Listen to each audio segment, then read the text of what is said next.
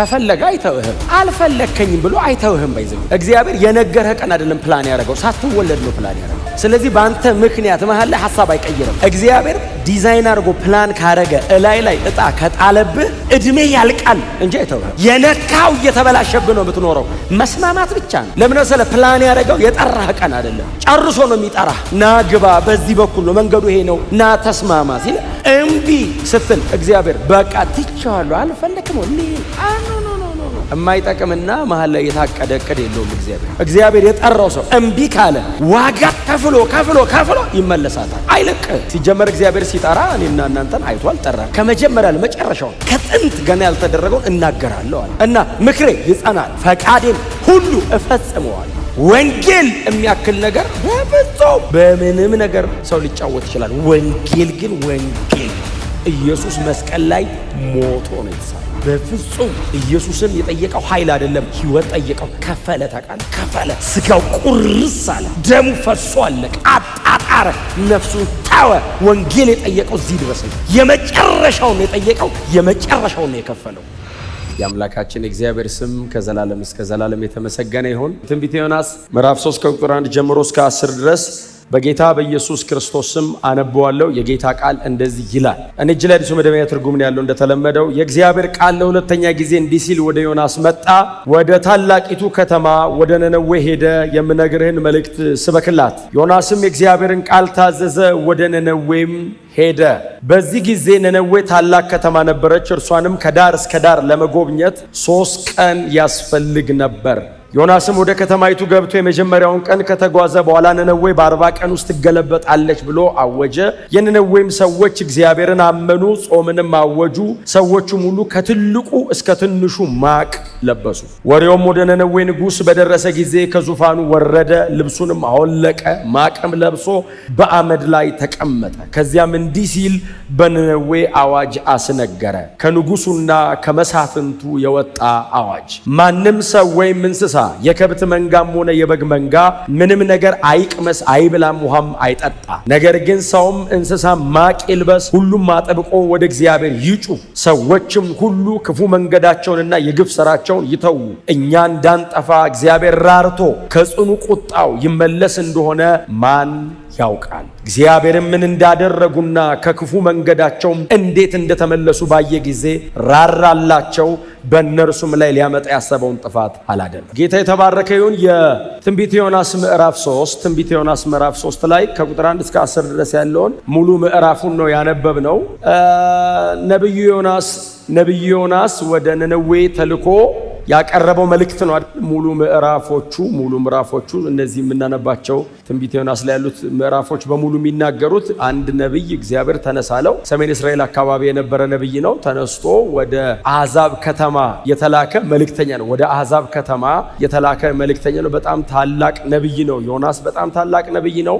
በእስራኤል መካከል እግዚአብሔርን አምላክ ባረገ ሕዝብ መካከል፣ ሕጉን በሚያቅ ሕዝብ መካከል፣ ቤተ መቅደስ በመካከሉ ባለ ሕዝብ መካከል ማገልገል ቀላል ሊሆን ይችላል። እግዚአብሔርን በማያቅ ሕዝብ መካከል፣ አሕዛብ በሆኑ ቀጥሎ ደግሞ በአሦራውያን መካከል ይህንን ማገልገል ቀላል እንዳይመስላችሁ። ከዚህ ሰው አገልግሎት በኋላ እንደምታውቁት እንግዲህ 7:21-22 አካባቢ ይመስለኛል ሰሜን እስራኤል ወይንም ሰማሪያ በአሦራውያን እጅ ወድቃለች። አሦራውያን በጣም ጨካኝ ናቸው፣ እጅግ ክፉ ናቸው እና እነሱ ፊት ሄዶ የእግዚአብሔርን ድምፅ መናገር፣ የሰራዊት ጌታ ቅዱስ እግዚአብሔር እንዲህ ይላል ብላችሁ ስትናገሩ ማን እንደሆነ ይታወቃል። እግዚአብሔር ስትሉ የዕብራውያን አምላክ ነው፣ የእስራኤል አምላክ ነው። የእስራኤልን አምላክ ጠርቶ በዕብራውያን መካከል እንደዚህ አይነት መልእክት መናገር በጣም ከባድ ነው። አሁን እንደዚህ አይነት ከተማ ሄዳችሁ እግዚአብሔር ከተማይቱን ያበለጽጋታል ብትሉ ቀላል ነው። እግዚአብሔር ሕዝቡን ይባርከዋል ብትሉ የአሦራውያንን ዋና ከተማ ነነዌን እግዚአብሔር በዓለም ላይ እጅግ ታላቅ ያረጋታል ብትሉ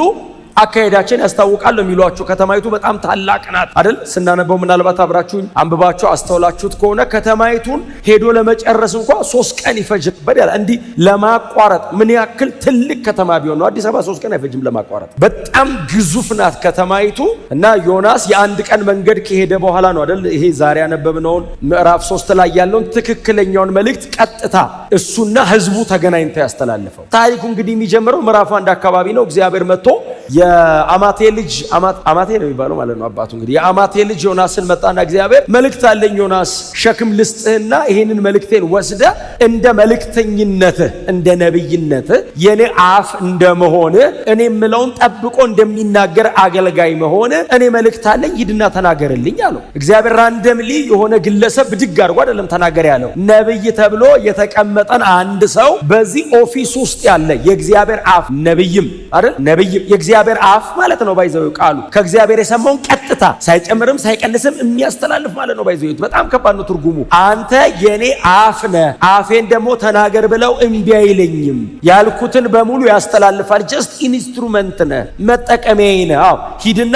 ተናገርልኝ አለው። እናገራለሁ። መልእክቱን የት ነው የምናገረው? ወደ አሶር መንደር ትሄዳለህ አለው። አሶር ምናልባት ክፍሉን ዮናስ ነው የጻፈው። ትንቢቱን ተናግሮ ከተመለሰ በኋላ ስለጻፈው አንዳንዱን ነገር አይነግረንም እንጂ ወደ አሶር ሲለው አሶር የሚኬድባት አይደለችም። አሶር በጣም ጨካኝ ናቸው። ባይዘው ከባቢሎናውያን ይልቅ ጨካኝ ናቸው። በምድር ላይ በታሪክ መካከል ከተነሱ ጨካኝ መንግስታት መካከል አንዱ አሶር ነው። ሂድና አሶር አለው። እሺ መሄዱን ሊሂድ ምንድነው ድምፁ? እግዚአብሔር ያለው ዋና ከተማችሁ ነነዌ ትገለበጣለች። በዚህ እግዚአብሔር አሶር ልካይ እኔን ልካይ እግዚአብሔር ነው በል ብለኝ ከተማችሁ ይገለበጣል። እንዴት ነው የምትገለበጠው? ሳፍተሮ ለአሶር እኔስ መናገሩን ልናገር። እንዲህ ስትራክቸርድ የሆነች በሚሊተሪ ቢሆን የታጠረች በመናፍስቱ ዓለም ቢሆን ዝግ ሰማይ ያላት አሶር አንተ ባልካት በእነዚህ ቀናት 40 ቀን ውስጥ ትገለበጣል። ምን ማለት ነው? እግዚአብሔር ወይ ረዘም አድርገው አይሄድም አይገጥምም። እና እግዚአብሔር መልእክት ሲሰጠው ዮናስ እኔ በጣም ሩም አለ ዮናስ። በጣም ብዙዎቻችሁ መጽሐፍ ቅዱስን ስታነቡ በእግዚአብሔር በኩል ቆማችሁ ነው የምታነቡት። ትክክል ነው። መጽሐፍ ቅዱስ ለእግዚአብሔር ሳይድ አድርጎ ነው ሁሉ የሚናገረው። እኛም ሁላችን ለእግዚአብሔር ነው ሳይድ የምናደርገው። ዮናስ ግን በተወሰነ መንገድ ሩም አለ ለዮናስ። ዮናስ አሁን አምጾ ሻሻ አይደለም ፈርቶ ነው የሚለው። ይሄ እግዚአብሔር እዚህ አካባቢ ነው ያለው ልሽሻ። ምክንያቱም ምዕራፍ 1 ቁጥር 4 ላይ ከእግዚአብሔር ፊት ኮበለለ ነው የሚለው። ባይዘው ከአገሩ ወጣ አይልም፣ ከእግዚአብሔር ፊት ነው የሚለው። ከእግዚአብሔር ፊት ማለት እግዚአብሔር እዚህ አካባቢ ነው፣ ቤተ መቅደሱ አካባቢ ነው። ከፊቱ ዞር ካልኩኝ ሌላ ሰው ፈልጎ ይናገራል ብሎ እግዚአብሔር አይኑ በምድሩ ሁሉ ፊት ነው። ይሄንን ቲዮሎጂ ዮናስ አያውቀውም። ዮናስ የሚያውቀው እግዚአብሔር እዚህ ቤተ መቅደሱ ውስጥ ታቦቱ አካባቢ ነው ያለው። አዎ ሲናገራል እዚሁ አካባቢ። ራቀ ካልኩኝ ያው በቃ እዚሁ አካባቢ ሰው መርጦ ሂድ ሊል ነው። አልገባውም። ተርሴስም እግዚአብሔር እንዳለ የትም አለ እግዚአብሔር። እስቲ አሜን በሏ። አጋንንት የሚገዛበት ሀገር እግዚአብሔር የነገስታት ንጉስ ሆኖ ይኖራል። ምክንያቱም ከዚህ ታሪክ በኋላ ነው የነ ዳንኤል ታሪክ ያለው። የዳንኤል ታሪክ ዮናስ በፊት ቢሆን ዮናስ አይኮበልልም። ምክንያቱም እግዚአብሔር ባቢሎን ውስጥ በዳንኤል እንዴት እንደረገጠ ቢያነብ የእግዚአብሔር እግር ነበር ዳንኤል። እግዚአብሔር በባቢሎን የሚረግጠው በዳንኤል ነበር። አገር ጨለት ድቅድቅ ብሎ የእግዚአብሔር መልአክ ከሰማይ መጥቶ ልገባ ነው ሲል ሁሌ ምን የምንማረው የፋርስ አለቃ አትገባም ሲል እገባለሁ። አትገባም ማለት የኔ ነው አሉ። የፋርስ አለቃ ውሸቱን አይደለም እውነቱን ባይዘው። መልአኩም ለዛ ነው ቆሞ የተደራደረው። ባይዘው ተደራደረው። ከዛ እኮ ነው የተዋጉት። አትገባም አለ። እገባለሁ አለ። ምንም የለህም አለ። እዚህ የለህ የኔ ነው በሙሉ። አርኮን ማለት ረጅም ዘመን በመኖር የምድሪቱን ከመሰረቷ ጀምሮ የገነባት ማለት ነው ትርጉሙ። ዝም ብሎ ድንገት የመጣ አይደለም። የትምህርት ስትራክቸሩን የሰራሁት እኔ ነኝ። ፖለቲካል ሪፎርሙን እኔ ነኝ ያመጣሁት። አገሩን መሰረተ ልማቱን እኔ የሰራሁት። አትገባም የኔ ነው በሙሉ አለ። ሳርቀጠሉ የኔ ነው አለ ዳንኤል አለ። ከህንድ እስከ ኢትዮጵያ ጥቅጥቅ ብሎ ጨለማ መሃል ላይ ዳንኤል ሽንቁር ያረጋት መብራት አለች። እንዲህ ጫን ያው ዳንኤል አለ። አትገባም አለ። ያው ዛጋታው ማለት መርገጭ የለም። ያው መርገጭ አላስገባም ዳንኤልን አወጣዋለሁ አለ። እንግዲያው አለው ዳንኤል ይወጣም አለ። እሱ ላይ ረግጬ ነው ማፈርሰው። የእግዚአብሔር ሌጋል ግራውንድ ዳንኤል ነበር። እግዚአብሔር ባቢሎን ገብቶ ለመስራት ሌጋል ግራውንዱ ህጋዊ መቆሚያው ዳንኤል ነው። ስለዚህ በዳንኤል ላይ ቆመ፣ ባቢሎንን ገለበጠው። እንደዚህ አይነት ነገር አንብቦ ቢሆን ዮናስ አይኮበልልም። የትም ብገባ እግዚአብሔር አለ። እስቲ አሜን በሏ። የእግዚአብሔር አይን በምድር ሁሉ ቸርች እኮ ብቻ አይደለም እኮ እግዚአብሔር የሚያየው ታውቃለህ። የትም ያያል። እዚህም የትም አለ እግዚአብሔር። የትም አለመኖር አይችልም። የሆነ ቦታ ከሌለ እግዚአብሔር አይደለም። የትም አለ። ልዩነቱ የት በምንድን ያለው ነው። እዚህ ሊባረከን ነው፣ የሆነ ቦታ ሊቆጣ ነው። የሆነ ቦታ ያው አሁን እንትን እግዚአብሔር የለም እንዳትሉ፣ የትም አለ። በቁጣው የሆነ ቦታ ይኖራል። ለምሳሌ ሲኦል አይነት ቦታውን በቁጣው ነው ያለው። እግዚአብሔር ቁጣ ነው የሚነደው እዛ። እዚህስ ባላለቀ ራሱ እኮ ነው። ሁለት ጊዜ እኮ አይደለም ራሱ። እስቲ አሜን በሏ። እና ዮናስ ወደ ነነዌ አሁን ዘላው አለና ዞር ብሎ ያገኛት ገንዘብ አለችው። የመርከብ መክፈያ ፈላለገና አንዴ ብሎ ድሯን ያዛረገ ጓዟን ጠቅልላ አረገና ሄዶ እንትን ዳር ቆመ። በመርከብ ለመሄድ ሐይቅ ዳር ቆመና ወዴት ነው የምትሄዳው እቺ መርከብ ሲል ወደ ተርሴስ አሉት። እዛ ዓለማዊ ነው ያለው እግዚአብሔር ምን አይና ጭልም ያለ ከተማ ነው። በዚህ ማንም አያቀኝም። ተርሴስ ለመሄድ የመርከብ ከፍሎ ይላል ገብቶ ቁጭ ያለ ቢል ምን አለበት? ወደ ውስጥ ገብቶ ተኛ ይላል። ተቀረብሾኛል እግዚአብሔር አወራውን በሰላም ብቻ እግዚአብሔር ይልም ወደ ውስጥ ገብቶ አይደል ወደ ውስጥ ነው የሚለው ዕቃ ስር ሲል የመርከቡ ሰዎች እየቀዘፉ ሲሄዱ ባህር ላይ ማዕበል ተነሳ። እንደው እኮ እግዚአብሔር መንገድ ላይ አይቆምብህ። ማዕበሉ እንዳይመስልህ እኮ እኔው ማዕበሉ አይደል ማዕበል ችግር ናቹራሊ የሚነሳል። ሰዎቹ ማዕበሉ በማን ኃጢአት ነው የተነሱ አሉ ይላል። አንተ ዝም ብሎ ማዕበል ተነሳ አይሉም እንዴ? ኃጢአት የሰራ ለዚህ ውስጥ አሉ። አዛብ አይኑ ይከፈታል። ባይዞ አንተ ስትኮበልል አራራ ተመለስ ይላል። ዓለማዊ በጌታ አይደለም የምትለው ሰውዬ መንገድ ልክ አይደለም ይላል። እየቀዘፉ ሲሄዱ ማዕበል ብድግ ብሎ ወደዚህ ያረጋል። ማን ነው ኃጢአት የሰራው? ለስንት ሰው ኪሳራ ሆነ። ባይዞ ዮናስ ዕቃ ያነሱ ጣሉ ይላል። ባይዞ መርከቧን ቀለል ለማድረግ ሰውየው መጣል ነው። ባይዞ ዕቃ መጣል ሰውየው ነው ሰውየው የሚመለሰው እንዲህ ጥለው ነው ወደኋላ ለመመለስ ማስቸጋሪ። ስለዚህ ሰውየው እናት እግዚአብሔር ትራንስፖርቴሽን አለ። አንበሪ የሚል ቃል አሳ ነባሪ ነው የድሮ ቋንቋ መሰለኝ። አንበሪ አሳ ነባሪ አዘጋጅቷል። አሳ ነባሪው እኔ ምን ሊሰራ እንደገቡ ፈጥሮት መሰለኝ። ለዚህ ለዮናስ ሁለት ሲል ተፈጥሮ ሊሆን ይችላል አላውቅም። ምክንያቱም ድሮ እንትን እየበላ ኖረ የሚል የለውም። ባይዞ ዮናስን ጨረሰ። አሳ ነባሪው ራሱ ከዛ ታሪክ የለውም። ሳቃ ወርውረው አይቆምም ማዕበሉ።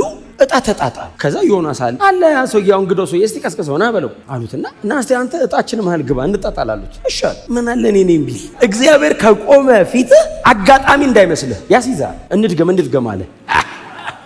እኛ እኮ እንደዛ ነው በዚህ የእድሜ ጉዳይ እንጂ አሁን የመብሰል ያለመብሰል የትልቅ ሰው የሆነ ያለ ሆነ እንጂ እኮ እንደዛ ነው እኮ እኛ። እስቲ ቆይቺ ምልክት ያረጋታል። ጌዲዮን እንደሷ ጉድ ያደረገው እግዚአብሔር ሂድና ምድያምን ተዋግተህ እንዳንድ ሰው አድርገህ ትመታልኛለህ ምናምን ሲለው እግዚአብሔር አሁን ሰው አተ ነው ደግሞ እግዚአብሔር የሚጠይቀው ነገር በጣም ከባድ ነገር እኮ ነው የሚጠይቀው። አሁን እኮ እኛን ምን ጠየቀን? ምን ለነገሩ ምን ያልጠየቀን ነገር አለ? በእውነት እየመለስን ከኖርን እኮ ነው እየተባረከን የምንሆነው እንጂ እግዚአብሔር እኮ ይጠይቀናል። ህይወትን ይጠይቃል። አዲስ ኪዳን ደግሞ ህይወትን ሁሉ ይጠይቃል። ጊዜን አይደለም ነፍስን ይጠይቃል። ወንጌል ጉልበትን፣ ገንዘብን፣ ዕውቀትን፣ ዘመንን፣ እድሜ፣ ታሪክን፣ ስምህን እኮ ነው የሚጠይቀን። እየሰጠን እንድንኖር ጌታ ይርዳል። እውነቴን ነው የምላችሁ የሚጠይቀንን ለሰው አይደለም ያልኩት ለጌታ እየመለሰን እንድንኖር ወገኔ ቤተሰቤ እኔ አይደል ያለው ወረደታች ድረስ ወገኔ ከእስራኤል የተናቀ ነው የምናሴ ከምናሴ ወገን እኔ ቤተሰብ ታናሽ ነው ከቤተሰቤ እኔ መጨረሻ ነኝ ያለው የመጡ ደሊስት እኮ ነው የጠራው እግዚአብሔር። ሰው ከፈለክ ይለው አንተን ነው የፈለከው። በል እንግዲህ አንተ ኮንክ የጠራኸኝ አለው። አዎ ዛሬ አለው እቺን ቱናን አስተካክላለሁ መሬቱ በሙሉ ውሃ ርሶ እቺ ደርቃ ትደር አለ። ደረቅ ብላ ደረች።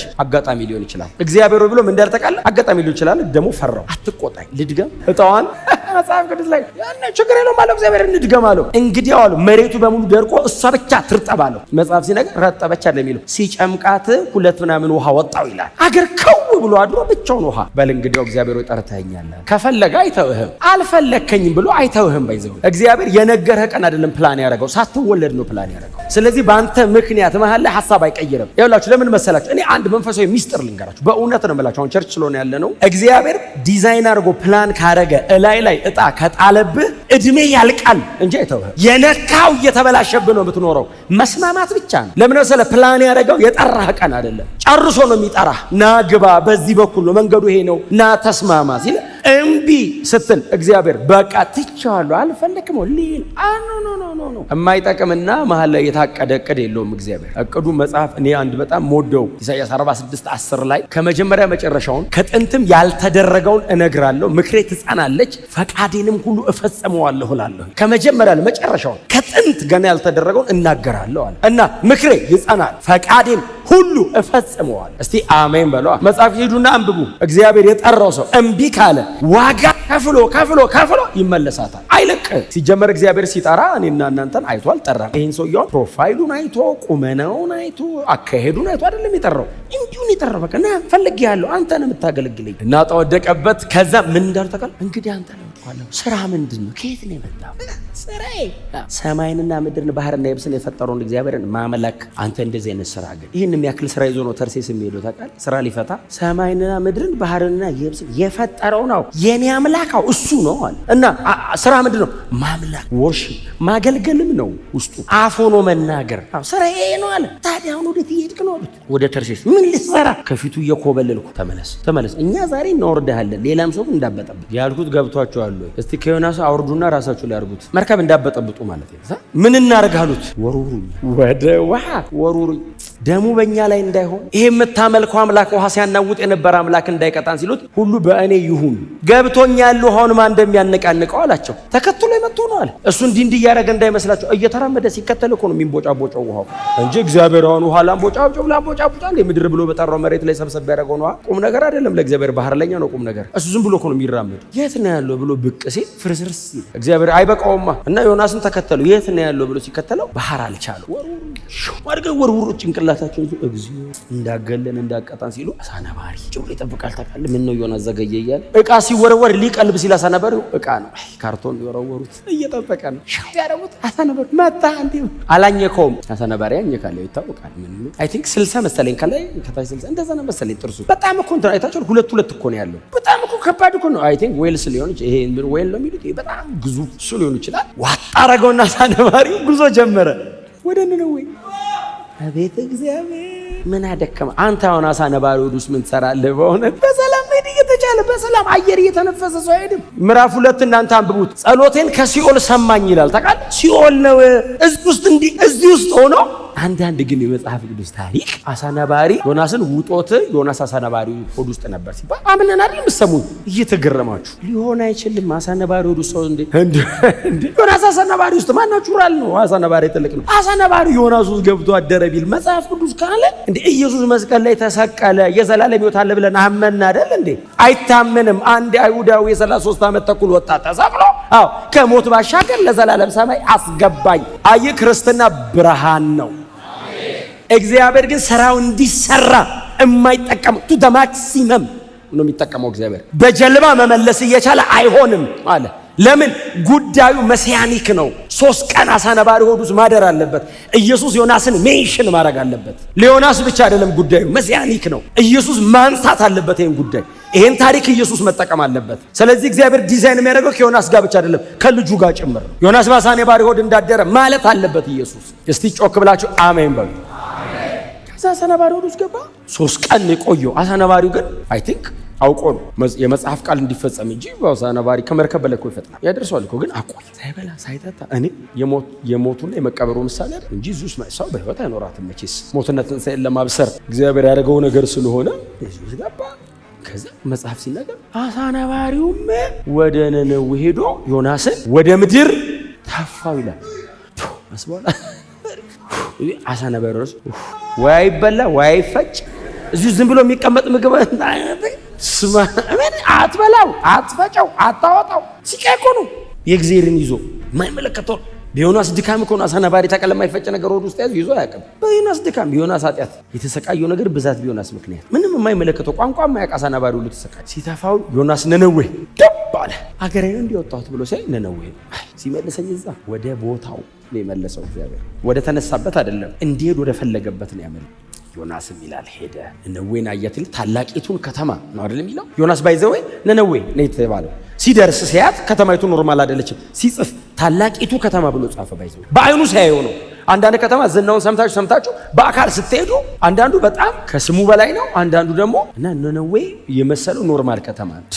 አለ ዮናስ የአንድ ቀን መንገድ ያክል መጥቶ ባይዘው የስንት ቀን ይቀረኛል ብሎ ሲል የ3 ቀን ሲሉት የ3 ቀን መንገድና ብሎ የተጻፈው ለዛ መገለጥ አይደለም የጻፈው በ3 ቀን መንገድ ብሎ ጠይቆ ነው። እኔ አንድ ቀን መጥቻለሁ የምን ያህል ይቀረኛል? የ3 ቀን አሉት። ይሄን ያህል ኪሎ ሜትር ስንት ይቀራል? ይሄን ያህል ሲሉት 3 ቀን ትፈጃለች። ከተማይቱ ታላቅ ናት። ከተማይቱ ላይ ደግሞ ይሄን ያህል 100 ምናምን ሺህ ያህል ህዝብ አለባት። በጣም ግዙፍ ነች። የአሶራውያን የነቴል ጌል ቴልፌልሶር የሚባሉ የአሶር ነገስታቶች የገነቧት የነሱ መቀመጫ ናት። ባይዘ በጣም ግዙፍ ነች። ምናልባት እናንተ በእውነት ዮናስ ሄዶ ትንቢት የተናገረባትን አገር ምን አይነት ከባድና እልህኛ አገር እንደሆነች ለማወቅ የምትፈልጉ ከሆነ ሁለተኛ ነገስት ምዕራፍ 18 እና 19 አንብቡ። ሁለተኛ ነገስት ምዕራፍ 18 19 ትዝ ይላችኋል። ኢየሩሳሌምን መጥቶ ከቦ ሰናክሬም የሚባል የአሶር ንጉስ እንዴት ጉሮሯቸው ላይ እንደቆመ ወደ ከተማይቱ የሚገባ የሚወጣም አልነበርም ይላል። መብል ጠፋ ይላል። መብል የሚበላ ጠፋ። በረሃብ ሊገላቸው ኢቭን የሚነገሩ ትንቢቶች ላይ የነበረው መሳለቅ የሰራዊት ጌታ እግዚአብሔር ነው የላከኝ ሁሉ እኮ አለ እንዳጠፋችሁ ቃል በቃል እግዚአብሔር ያለውን እሱ አለው። ከኔ ጋር ተስማሙ አለና በህይወት ትኖራላችሁ አለ። በዚህ አሦራዊ ንጉሱ እግዚአብሔር ያለው በህይወት ነው አለና እያንዳንዱ ከኔ ጋር ከተስማማ ወይን እርሻው ስር ይቀመጣል። እግዚአብሔር በኤርሚያስ አፍ የተናገረው ከኔ ጋር ተስማማ፣ ከእግዚአብሔር ጋር አይደለም፣ እኔን የላከኝ እግዚአብሔር ነው አለ። ቀጥሎ እንደዚህ አለ፣ አምላካችሁ አያድናችሁም። ሕዝቅያስም ውሸቱን ነው። አምላካችሁንም ንጉሳችሁንም እናንተንም ነው ድል ማድረገዋል። ይህን ያህል አመፀኛ ነው አሦር ማለት ባይዘው። በኋላ ላይ ነው ነነዌ ደረሰ። ከዛ በኋላ ልክ ነነዌ ከተማይቱ የአንድ ቀን መንገድ ያክል ከሄደ በኋላ የእግዚአብሔር ቃል ለሁለተኛ ጊዜ ወደ ዮናስ እንዲህ ሲል መጣ ይላል። ለመጀመሪያ ጊዜ የመጣው አገሩ እያለ ነው። ለሁለተኛ ጊዜ የመጣለት ቦታው ላይ መልእክቱ የሚቀርብበት ቦታ ላይ ሲደርስ የእግዚአብሔር ቃል ለሁለተኛ ጊዜ ወደ ዮናስ እንዲህ ሲል፣ ዮናስም የእግዚአብሔርን ቃል ምን አለ? ታዘዘ የሚል ቃል አለ። አመፀ የሚል አለው። ታዘዘ የተባለለት ለምንድን ነው? ኮበለለ የሚል አለው ከፊት። አሁንስ የእግዚአብሔርን ቃል ዮናስ ታዘዘ። ወደ ነነዌ ሄደ። የምነግረን ሁሉ ነገራቸው ባለው መሰረት ቁጥር 4 ዮናስም ወደ ከተማይቱ ገብቶ የመጀመሪያውን ቀን ከተጓዘ በኋላ ነነዌ በ40 ቀን ውስጥ ትገለበጣለች ብሎ አወጀ። የከተማይቱ አደባባይ ላይ ቆመ። በጣም የከተማው ዋና ሰው ምናልባት እንደና አቴና አይነት ከተሞች ከሆኑ ምናልባት አሁን አይምሮ ላይ ስለመጣ የሐዋርያት ሥራ ምዕራፍ 17 አሮስፋጎስ ጋር የቆመ ሰው ከአቴና ከምክር ቤቱ ከገበያ ቦታ ከቤተ መንግስቱ የሚመጡ መንገዶች የሚገናኙበት ቦታ ነው። አሮስፋጎስ ባይዘው እንደ ዋና አደባባይ እንደ ዋና አሁን መስቀል ስኩዌር እንደምልክ እንደዛ አደባባይ ነው ሁሉ የሚገናኙበት። ዮናስም እንደዛ አይነት የከተማ ዋና ነገሮች የሚገናኙበት ቦታ ላይ ቆመና አወጀ፣ ጮኸ። ነነዌ በ40 ቀን ውስጥ ትገለበጣለች። በጣም ቦልድሊ ነው የሚያወራው። ለምን? እግዚአብሔር በጣም በተረጋገጠና በተገለጠ መንገድ መልሶታል። ከዚህ በኋላ ዮናስ ከእግዚአብሔር ዞር ካለ በህይወትስ ባይኖር በ40 ቀን ውስጥ ነነዌ ትገለበጣለች ብሎ ይሄን የተናገረው። ሌላ ምን የተናገረው ነገር አለ? እግዚአብሔር ዮናስን ለምንድን ነው የላከው? ለዚች ለአንድ ስቴትመንት ምንድነው? ዮናስ መጽሐፍ ሁሉ ታሪክ እቺ ናት መልእክት። እቺን ላለመናገር ነው የኮበለለው። እቺን እንዲናገር ነው አሳ ነባሪ አዘጋጅቶ 3 ቀን ወደ ውስጥ ያሳደረው። ምን ጉድ ነው የሚወራው? ምንም እቺ ናት መልእክቷ። ሌላ መልእክት የለውም። ዮናስ መልእክቱ ምንድነው? በ40 ቀን ውስጥ ነነዌ ትገለበጣለች። ወደዚህ ዞር። በ40 ቀን ውስጥ ነነዌ። ሌላ ምን አለ? ምን ትፈልጋላችሁ? ከዚህ በላይ 40 ቀን ውስጥ ነነዌ ትገለበጥ ትጠፋላችሁ እኮ ነው እያልኳችሁ ያለሁት። ማለቃችሁ ነው። በ40 ቀን ነው። እኔ አይደለም ሰማሪያ አይደለም ኢየሩሳሌም አይደለም የሆነ መንግስት አይደለም። እግዚአብሔር ሊያጠፋችሁ ነው በ40 ቀን ውስጥ። ልክ ይሄ ድምፅ የእግዚአብሔር ድምፅ ወደ ከተማይቱ በዮናስ በኩል ወጣ። የዮናስ አይደለም ድምፅ እግዚአብሔር ነው የወጣው፣ በዮናስ በኩል ነው። ለአሕዛብ የተነገረ የእግዚአብሔር ቃል ነው። ለአይሁዳውያን አይደሉም፣ የእግዚአብሔር ሕዝብ አይደሉም። ማህበረሰቡ አሕዛብ ነው። ለአሕዛብ የታወጀ አዋጅ ነው። ካልተመለሳችሁ እግዚአብሔር በ40 ቀን ከተማይቱን ይገለብጣታል። ንግስና ወንበሩ አያድነውም። ንጉሱ ወታደራዊ ጉልበቱ ኢኮኖሚው አያድነውም። መዳን አይቻልም። እግዚአብሔር ወስኗል፣ ልትገለበጡ ነው። መጽሐፍ ሲናገር የነነዌ ከተማ ሕዝብ ይልና በእግዚአብሔር አመኑ።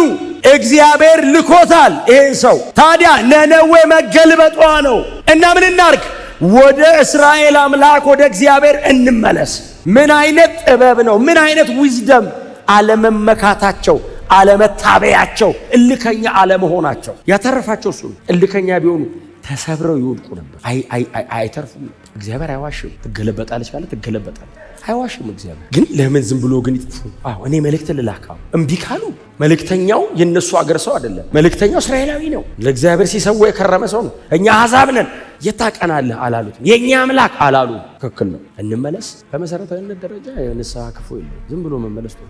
እስቲ አሜን በሉ። የዛሬ ሳምንት ነው ፀሐይና ጨረቃ በፊቱ ስንፍና ይከሳቸዋል የሚለው ስቴላር ወርልዱ ማለት ነው። ምንም ዋሽቶ ተሳድቦ አውርቶ የማያውቀው ዓለም ሰነፍ ይለዋል እግዚአብሔር። እኛ ደግሞ ስናወራ ምንውል የኮራፕትድ የሆነ ስጋ የተሸከመ ሰው ተመለስ ሲባል አልመለስም ትሞታለህ ስትሉት ሰው ደግሞ እልህኛነቱ ለሞታ። ነነዌዎቹ እግዚአብሔር ረዳቸውና ከተማይቱ ሐዘን ላይ ሲወድቅ መጽሐፍ እንደዚህ ይላል። ንጉሱ ሰማ፣ መኳንንቶቹ ሰሙ። አስቸኳይ ስብሰባ። እሺ አዋጅ እናውጣ። ምን አይነት አዋጅ?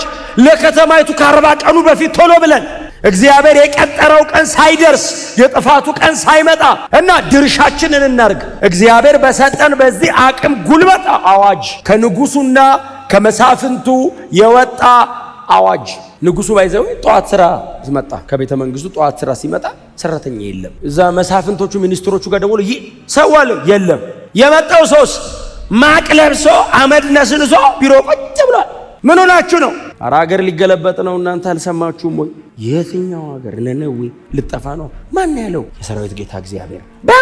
በአማቴ ልጅ በዮናስ በሚባል ታላቅ ነብይ እና ነገሩ እውነት ነው ሲሉ ተቀመጡ የሚለው ከላይ ነው አይደል? ማቅም ለብሶ አመድ ላይ ተቀመጠ። ከዚያም አዋጅ አገሩ በሙሉ ሲቀመጥ ንጉሱም ደገት ታለና ቁጭ አለ። ከዛስ ይሄን ነገር እኔና ጥቂት ሰዎች ብቻ ሳይሆን በአዋጅ ደረጃ ነገር አለ። ባይዘው ይጹሙ ያለው ማንን ነው? ማንም ሰው። ከዛስ የጾመው ማን ነው? ሌላ ወይም እንስሳ። ከዛስ የከብት መንጋም ሆነ የበግ መንጋ ምንም ነገር አይቅመስ፣ አይብላ፣ ውሃ ምን አይነት መሰበር ነው እንግዲህ የሚለው። ከዛ ቁጥር 8 ሰውም እንስሳም ማቅ ይልበስ።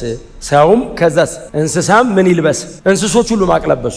ሁሉም አጥብቆ ወደ እግዚአብሔር ይጩ። ሰዎችም ሁሉ ክፉ መንገዳቸውና የግፍ ስራቸውን ዝም ብሎ መናዘዝ ብቻ ሳይሆን ክፉ መንገድና የግፍ ስራ እግዚአብሔር የሚቀጣለት ነው። ከዛ ንጉሱ እንደ አይነት የተባረከ ንጉስ ነው። ቁጥር 9 እንደዚህ ይላል፣ እኛ እንዳንጠፋ እግዚአብሔር ራርቶ ከጽኑ ቁጣው ይመለስ እንደሆነ ማን ያውቃል? ምን ማለት ነው ታውቃላችሁ? ቢያጠፋንም ጻድቅ ነው እኮ ነው። ቢያጠፋን ራሱ ጻድቅ ነው። ግን እንደው እቺን መመለሳችንን አይቶ ከቁጣ አይደለም የሚለው ከጽኑ ቁጣው። ይሄ ቁጣ ጽኑ እንደሆነ አውቀናል። ምንድነው? አይታጠፍም። ጽኑ ቁጣ ነው የተቆጣው። ለምን? እኔም አውቀዋለሁ የሰራሁትን አለ። አገሪቱ በሙሉ ይታወቃል። በቃ ከጽኑ ቁጣው ተመልሶ ቢምረን አለና ማን ያውቃል? መቆጣት በእጁ ነው። መማርም ደግሞ እሱ ነው። ዮናስ እንደው ይመራቸዋል አላለንም። ትገለበጣላችሁ ነው ያለን። መማር አልነገረንም። ይምረን እንደሆነ አለና ነብዩም አላወቀም። እንደው ማን ያውቃል ሲሉ መጽሐፍ እንደዚህ ይላል፣ ሊያመጣባቸው ከነበረው ውስጥ ጥፋት እግዚአብሔር ተጸጽቶ ምሬያቸዋለሁ አለና ለዮናስ ፈርዶበት ሂድ መከራ ተቆጣ መከራ ባረክ መከራ እንዲሁ ግን ዮናስ ራሱ ግን አይገርምም? አቤት አለ ሂድና ለነነዌ ድምጥማጧን ሊያጠፋት ነው ከተማይቱ። እሺ ቀና ሳጠርክ እንደ እግዚአብሔር 40 ወደ 20 አወረድክ። በቃ ሊጠፉ ነው ሲል አየኋቸዋለሁ። እስቲ ተራራ ለወጣለ ወጣ እያቸዋለሁ እንዳለ ማቅ ለብሰው የሚበላ የለ የሚሰራ የለ እኮ በቃ ተደፍተው እየጮሁ እያለቀሱ ነው። ወደኔ ያው ይቅር ብያቸዋለሁ በላቸው ሲለው ዮናስ አልልም እኔ ድሮም ባህሪህን እኔ አንተ ድሮም አውቃለሁ አለው። አንተ ምሬያቸዋለሁ ሲባል እንዳንተ ያለ ማን አለ እያልን እየዘመርን እየተንከባለልን ተመስገን ብለን ምሯቸዋል ብለን የቅድሙን አሳነባሪ ጠርተን ወደ ሀገራችን እንጂ እንዴት ትምራለህ? እኔ ድሮም ያንተ ባህሪ መች ጠፋኝ። የኮበለልኩት ለዚህ ነው። ባይዘው ለዚህ አይደለም የኮበለለው። ግን እኔ አንድ እንደዚህ አይነት ያገልግሎት ዝንባል ያለው ሰው በሙሉ ቢያነበው ብዬ የምመኘው የነብዩ ኤርሚያስን መጽሐፍ ነው። ሊትራሊ እግዚአብሔር ያሰቃየው ሰው ነው ኤርሚያስ። እግዚአብሔር አሰቃየው። ለዛ ነው አልቃሻው ነብይ ነው የሚባለው ራሱ ሲጠራ። መከራውን በተለይ ኤርሚያስ 20 ሄድና ትንቢት ተናገራለሁ። ምን ልበላለሁ? ጥፋት አለ በላለሁ። አልናገርም። ኤርሚያስ ለምን አትናገሩ ሲለው እኔ ጥፋት አለ እላለሁ፣ አንተ ሄደህ ትምራለህ። ቃላባ ያረከኝ አንተ ምህረት ብዙ ነው። እኔ ደግሞ የምርህን መስሎኝ ያጠፋቸዋል ስል ህዝቡ ደግሞ ድፍት ሲል ተቸዋለሁ ትላለህ። አልናገርም። እግዚአብሔር ተው በቃሽ አይደለም ያለው። ባትናገረ ገላሃለሁ አይደለም ያለው። እንደዚህ ብሎ ኤርሚያስ ተጨቃጭቆ ሲጨርስ እግዚአብሔር መጣና ሂድና ነገራቸው አለኝ። የእግዚአብሔር ቃል ልቤን አቃጠለኝ፣ እንደ እሳት ሆኖ አጥንቴን በላኝ አለ እና ዝም ማለት አልቻልኩም ማለት ታውቃለህ። እግዚአብሔር አያስፈቅድም፣ ዝም ብሎ ነው የሚለው። ሂድ በላቸው በቃ ሲለው ኤርሚያስ እንዴት ዝም ልበል አለ። እሳት ሆኖ አለ እዚህ ውስጥ እና ካልወጣው መንደዴ ነው አለ። እሳት ይዘት ይችላል እንዴ? ጥፋት አልኳለ ሄጄ። ከዛ ህዝቡ ሲመለስ ማርስ ያደረገ እግዚአብሔር ኤርሚያስ መጣና እንደዚህ አለ፣ አታለልከኝ እኔም ተታለልኩልህ። እግዚአብሔርን እኮ ነው ኤርሚያስ ላይ አታለልከኝ አለው። ምን አይነት ሲቃይ ነው! ይሁት ግን እግዚአብሔር ምን አይነት አባት እንደሆነ በክብሩ እኮ ታላቅ አምላክ ነው። እንዲህ የምትለው እኮ አይደለም። ግን ይኸው ምን አይነት አባት ፌሎሺፕ እኮ ነው። ይሄ ህብረት እኮ ነው። ኤርሚያስና እግዚአብሔር ማለት ያለ ህብረት እንደ አባትና ልጅ ነው። እኔ አታለልከኝ አሁን ዝም ብሎ ባይዘ እኔ እዚህ ጋር ቆሜ አታለልከኝ እንደበለው ነው እንዴ? አታለልከኝ የሚባለው እያበድክ ነው። መንገድ ላይ ባይዘ አፈር እንደዚህ እየበተንክ ተንበርከክ ሁሉ አትለው ባይዘ መንገድ ላይ እየሄድክ ነው።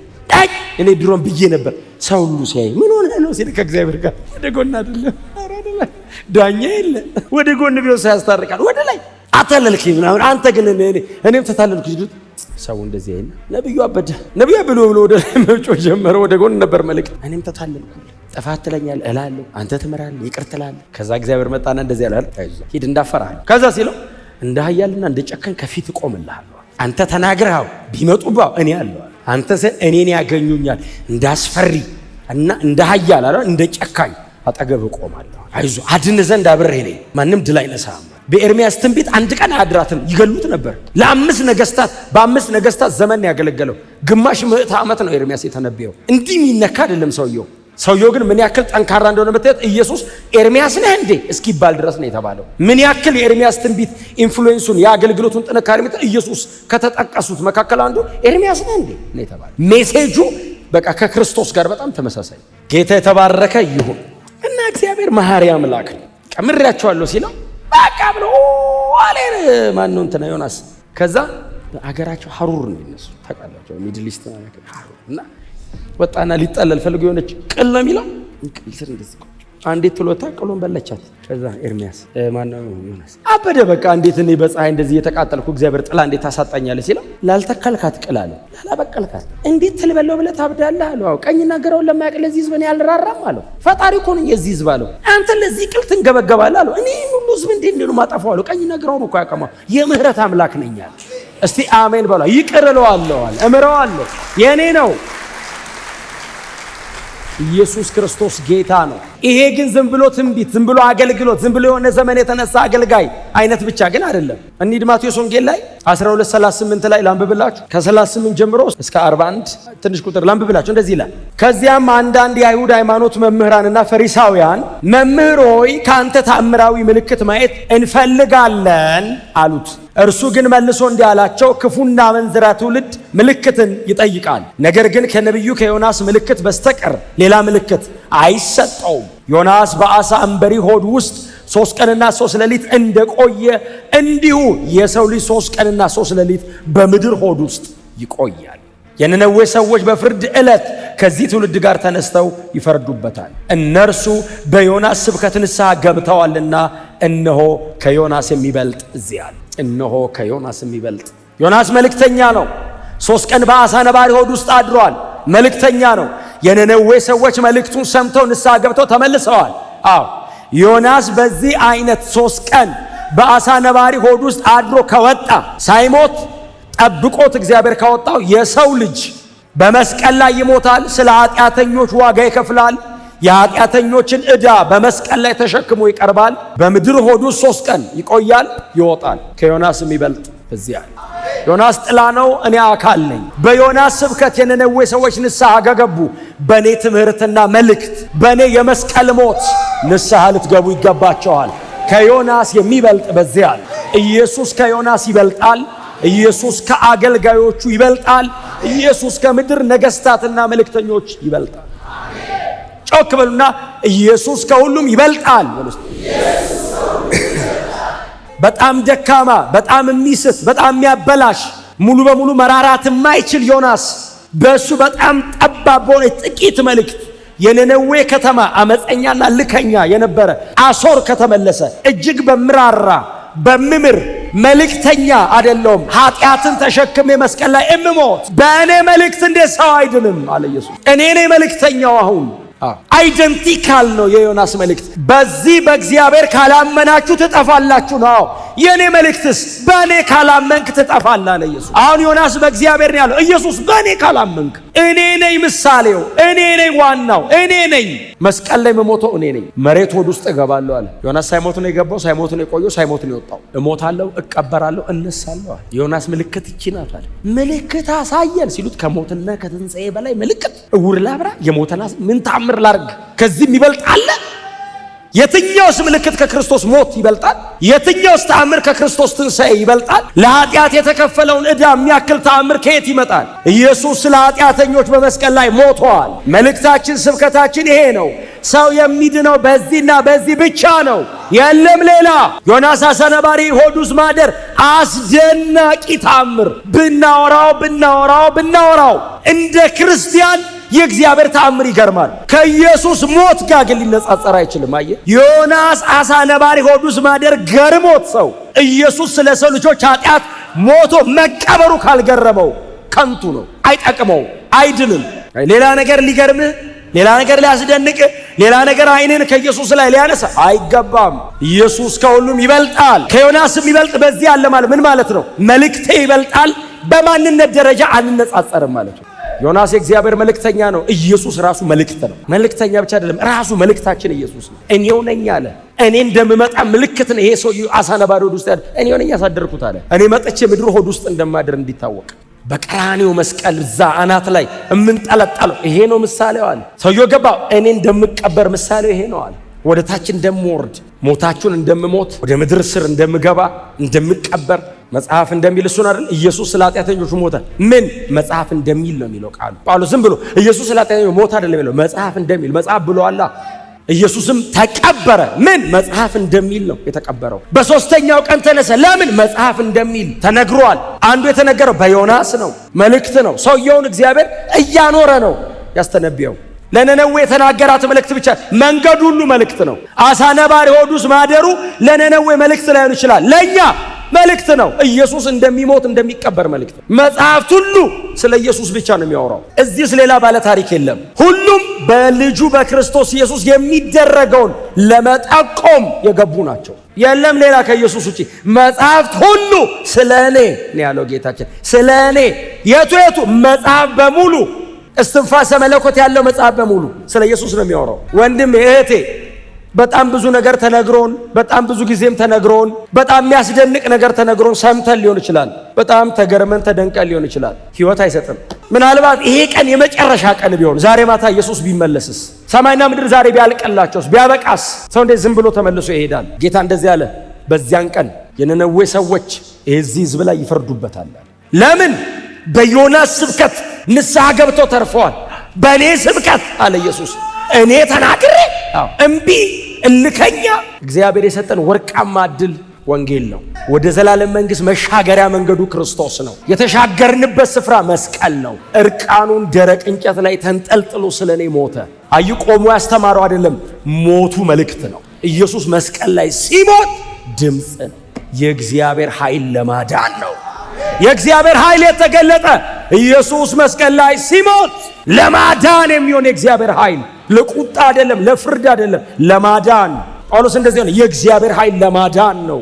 የት ክሩሲፊክሽን። በፍጹም እግዚአብሔር አንድ ልጁን መስቀል ላይ መስዋዕት አድርጎ እየቀለደ እንዳልሆነ እርግጠኛ ነን። ይሄው ምሳሌው አለ ኢየሱስ። ወንጌል የሚያክል ነገር በፍጹም በምንም ነገር ሰው ሊጫወት ይችላል። ወንጌል ግን ወንጌል ነው።